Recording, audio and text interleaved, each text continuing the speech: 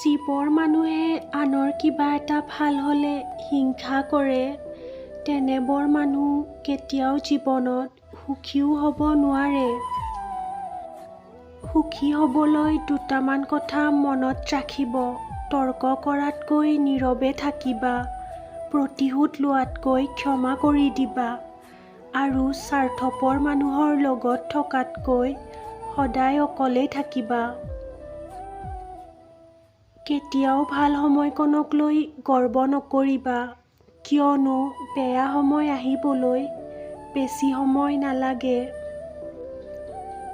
এটা সময়ৰ পিছত জীৱনত চখ বুলি একো নাথাকে।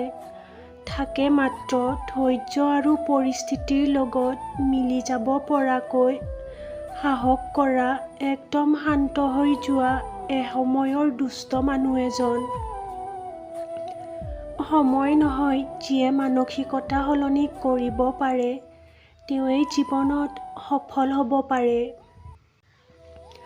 সময় আৰু আপোন মানুহে যেতিয়া একেলগেই দুখ দিয়ে, তেতিয়া মানুহ বাহিৰেই নহয় ভিতৰিও শিল হৈ পৰে।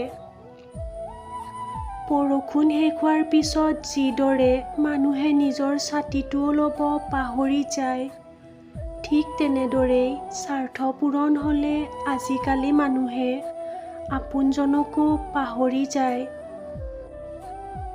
জীৱনত এটাই নিয়ম আছে, যি ভাগ্যত আছে তেওঁ দৌৰি আহিব, আৰু যি ভাগ্যত নাই তেওঁ আহিও গুচি যাব। কেতিয়াবা ভাবোঁ জীৱনত কিছুমান মানুহক লগ নোপোৱাটোৱেই ভাল আছিল। অন্ততঃ কিছুমান স্মৰণীয় মুহূৰ্তই বাৰে বাৰে আমনি নকৰিলে হয়।